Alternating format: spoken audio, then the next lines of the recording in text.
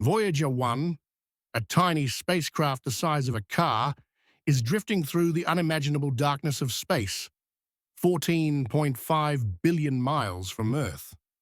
Launched in 1977, it was only meant to last 5 years, but nearly 50 years later, Voyager is still alive, defying the odds. Recently, though, something bizarre has been happening. It's sending back signals, patterns, pulses, and data that don't make sense. Could Voyager have found something in the void between stars? Or even more chilling, has something out there found Voyager? The birth of a star sailor. The story of Voyager begins not with spaceflight, but with a rare cosmic alignment. In the early 1970s, astronomers realized something incredible was about to happen. Jupiter, Saturn, Uranus, and Neptune would soon align in a way that occurs only once every 175 years. This alignment would allow a spacecraft to visit all 4 planets in a single mission, using each planet's gravity as a slingshot to the next. NASA couldn't resist this cosmic opportunity. They began designing twin spacecraft that could survive the harsh radiation around Jupiter, the unknown dangers of Saturn's rings, and the decade-long journey through the outer solar system. This was the birth of the Grand Tour mission, later renamed Voyager. The spacecraft themselves were marvels of 1970s engineering. Each Voyager probe weighed about 1,800 pounds and carried 11 scientific instruments. They were powered by radioisotope thermoelectric generators, RTGs, essentially nuclear batteries that convert heat from decaying plutonium into electricity. Without these power sources, solar panels would have been useless in the dim light of the outer planets. The construction of the Voyagers was a massive undertaking. Engineers had to design systems that could function flawlessly for years without any possibility of repair. They built in multiple backups for critical systems and programmed the computers to diagnose and fix their own problems when possible. The onboard computer had about 68 kilobytes of memory, less than what it takes to store a single digital photo today. On August 20th, 1977, Voyager 2 lifted off from Cape Canaveral. It launched first, despite being number 2. 16 days later, on September 5th, Voyager 1 followed, riding into space atop a Titan II-IE Centaur rocket. Because Voyager 1 was on a faster trajectory, it would overtake its twin to reach Jupiter and Saturn first. As the 2 probes sailed away from Earth, few could have imagined that nearly half a century later, one of them would still be making headlines, not for what it was finding, but for what might have found it. The Grand Tour. Voyager 1's journey through our solar system was nothing short of spectacular. After a cruise of about 18 months, it made its closest approach to Jupiter in March 1979. What it saw there transformed our understanding of the giant planet. Jupiter, through Earth-based telescopes, had always been a pretty but simple-looking object, a striped ball with a mysterious red spot. Through Voyager's eyes, Jupiter became a world of stunning complexity. The Great Red Spot, which we'd observed since the 1600s, was revealed as a massive storm system that could swallow 3 Earths. The colorful bands weren't just pretty patterns, but raging storms and jet streams moving at hundreds of miles per hour. But Jupiter's moons stole the show. Io, the innermost large moon, shocked everyone when Voyager spotted actual volcanic eruptions happening in real time. The first active volcanoes ever seen beyond Earth. These volcanoes weren't spewing lava like on Earth, but sulfur compounds that painted Io's surface in yellows, oranges, and reds like a cosmic pizza. Then there was Europa, a smooth white moon covered in cracks like a shattered eggshell. Voyager's images led scientists to theorize that beneath its icy surface might lie an ocean of liquid water, a theory that later missions would strengthen and that now makes Europa one of our best hopes for finding alien life in our solar system. After Jupiter, Voyager 1 raced towards Saturn, reaching the ringed planet in November 1980.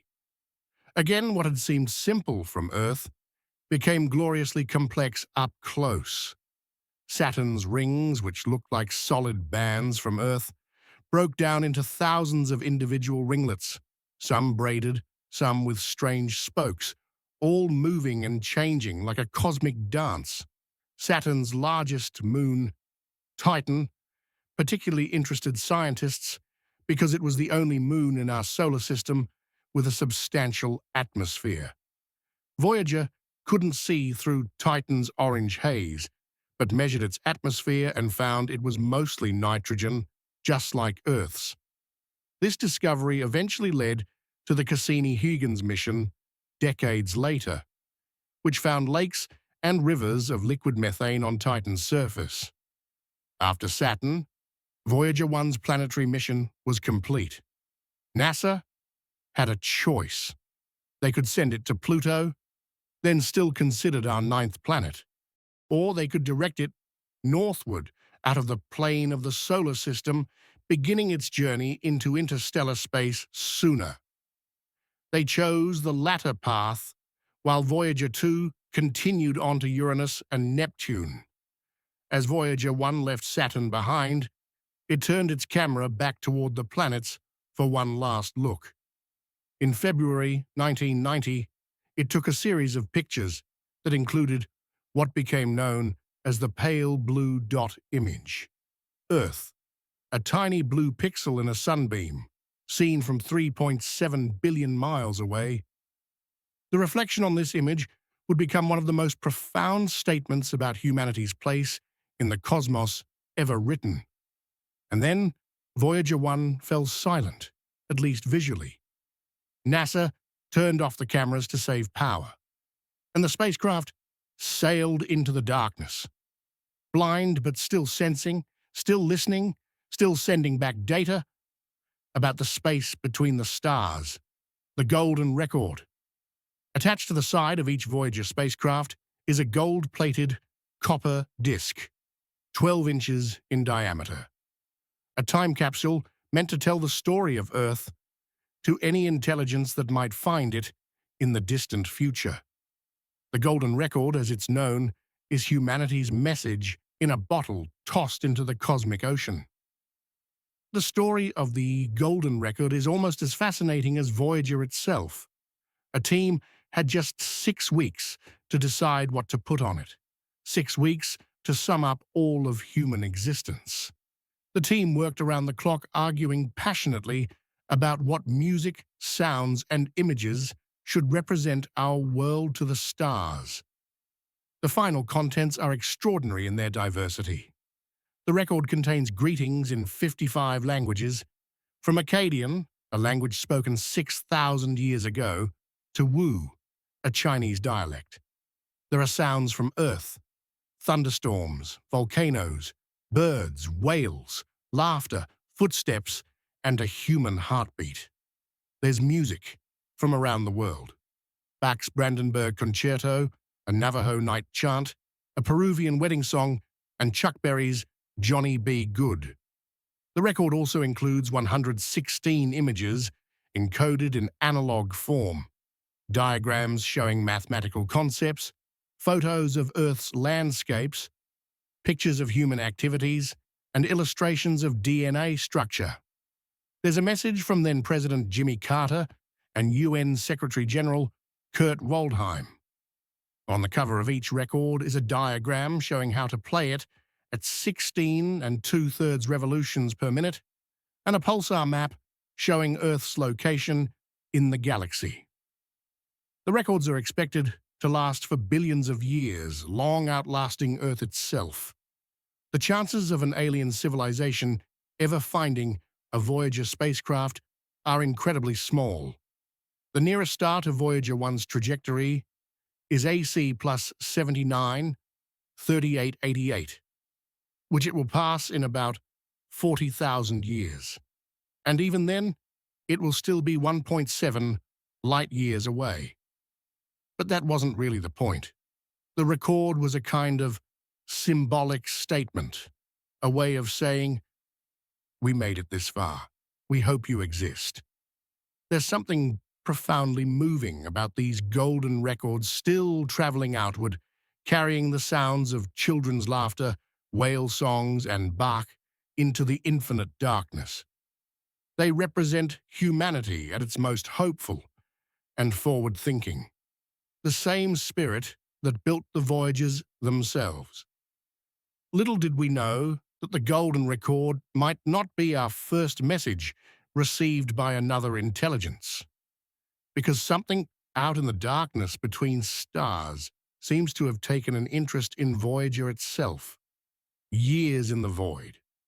After its encounters with Jupiter and Saturn, Voyager 1 entered what engineers called the cruise phase, a seemingly endless journey through the outer solar system with no more planets to visit. Public interest waned as the spectacular images stopped coming. NASA's focus shifted to newer missions like the Hubble Space Telescope and the Mars rovers. But Voyager kept on going, traveling about 1 million miles every day, steadily moving toward the edge of our solar system, wherever that might be. Scientists weren't actually sure where our solar system ended. They knew the sun creates a protective bubble called the heliosphere, where the solar wind, a stream of charged particles flowing from the sun, pushes against the interstellar medium. But they didn't know exactly how big this bubble was or what lay beyond it. During these quiet years, Voyager continued to send back crucial data about the outer solar system. It measured how the solar wind changes with distance, mapped magnetic field lines, and detected cosmic rays, high-energy particles from beyond our solar system. This information helped scientists build better models of how our sun interacts with interstellar space. Life on board Voyager during these decades was a constant battle against the inevitable. Its power supply, fueled by the heat from decaying plutonium-238, gets about 4 watts weaker every year. Engineers had to make tough decisions about which instruments to keep running and which to shut down forever. The cameras went dark in 1990. Other instruments followed as power dwindled. And all the while, the distance between Voyager and Earth grew, making communication increasingly difficult. The signal from Voyager became so faint that only NASA's largest antennas in the Deep Space Network could detect it. By the 2000s, it took over 14 hours for a radio signal traveling at the speed of light to make the one-way journey. But Voyager 1 kept transmitting, sending back data about a region of space no human-made object had ever visited before. And as it did, scientists began noticing something strange. The solar wind was slowing down. The magnetic field was changing. Voyager 1 was approaching the edge of everything we knew, crossing the boundary. By the early 2000s, Voyager 1 was detecting clear signs that it was approaching the edge of our solar system. The solar wind, the stream of charged particles constantly flowing outward from the sun, was slowing down dramatically. Something was pushing back against it. In 2004, Voyager 1 crossed what scientists call the termination shock, the point where the solar wind suddenly slows as it begins to feel the pressure of the interstellar medium. For the next 8 years, it traveled through a turbulent region called the heliosheath, where the solar wind becomes compressed and chaotic. Then, on August 25th, 2012, everything changed. The magnetic field strength suddenly jumped. The number of particles originating from our Sun plummeted, while the number of cosmic rays from interstellar space increased dramatically. After careful analysis, NASA made the historic announcement Voyager 1 had crossed the heliopause, the boundary where the influence of our Sun gives way to the interstellar medium. Humanity had reached the stars, or at least the space between them. But what Voyager found in interstellar space wasn't what anyone expected. Scientists had imagined this region to be relatively uniform, quiet, and predictable. Instead, Voyager discovered a dynamic environment full of surprises. The plasma, superheated, electrically charged gas, was far denser than predicted. The magnetic fields, which scientists thought would change direction once outside the Sun's influence, maintained the same alignment as inside our solar system, but grew much stronger. And cosmic rays bombarded the spacecraft from all directions, in complex, unpredictable patterns. Most intriguingly, Voyager detected a phenomenon that puzzled scientists: periodic oscillations in the surrounding plasma, as if waves were passing through the interstellar medium. These tsunami waves, as some researchers called them, suggested interstellar space was far more active and structured than anyone had imagined. For the first few years after crossing into interstellar space, these anomalies could still be explained within the framework of conventional physics. The waves might be the result of solar flares propagating outward, finally reaching Voyager. The density variations could be natural structures in the interstellar medium. The magnetic field alignment might be a coincidence or the result of larger galactic fields. But by 2017, the data from Voyager had become harder to explain. The oscillations in the plasma were becoming more regular, more structured. They weren't fading with distance, as they should if they originated from our Sun. And they were beginning to show patterns, mathematical relationships between their frequencies that hinted at something more complex than random natural phenomena. Something was out there in the void between stars, and Voyager was sailing right through it. Signals from nowhere. The first truly inexplicable anomalies in Voyager 1's data began appearing in late 2017. Engineers at NASA's Jet Propulsion Laboratory noticed that the spacecraft's attitude, articulation, and control system, AACS, the system that keeps its antenna pointed at Earth, was sending back contradictory information. The telemetry data suggested the antenna was pointing in a direction that would make communication impossible. Yet Voyager's signal remained clear and strong. It was like getting a phone call from someone claiming to be in Antarctica, while your caller ID showed they were calling from next door. At first, engineers assumed this was just another glitch in Voyager's aging systems. The spacecraft was designed in the early 1970s and had been operating for 40 years in the harshest environment imaginable. Strange behavior was to be expected. They tried to diagnose the problem, sending commands for Voyager to run internal checks. But the anomaly persisted, and after months of analysis, they concluded something truly bizarre was happening. Voyager was somehow communicating correctly, while simultaneously reporting its position incorrectly. It was as if the spacecraft was in two places at once. By 2023, even stranger anomalies began appearing in the data stream. Voyager's plasma wave instrument, designed to measure the density of the surrounding medium, started detecting rhythmic patterns unlike anything seen before. These weren't random fluctuations, but distinct oscillations with precise frequencies that showed mathematical relationships to each other. The patterns would appear for hours, then disappear for days, then return in slightly modified forms. It was as if Voyager was passing through structured regions of interstellar space, regions with properties unlike anything in our models.